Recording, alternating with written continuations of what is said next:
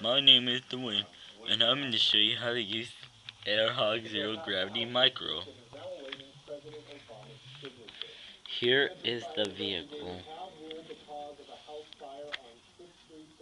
Okay, so what you first do is you turn the power switch on at the back, and that'll make an annoying high-pitched vacuum noise. Then you stick it on the wall. Then you turn your controller on, and then drive around.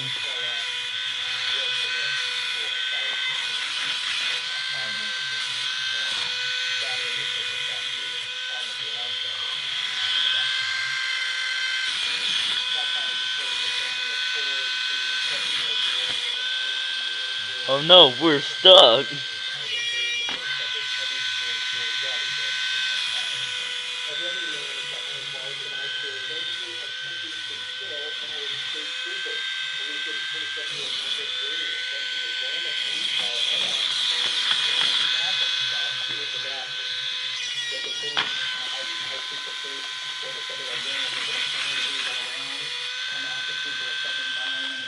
And that was my video on how to use the AirHog Zero Gravity Micro. Thanks for watching.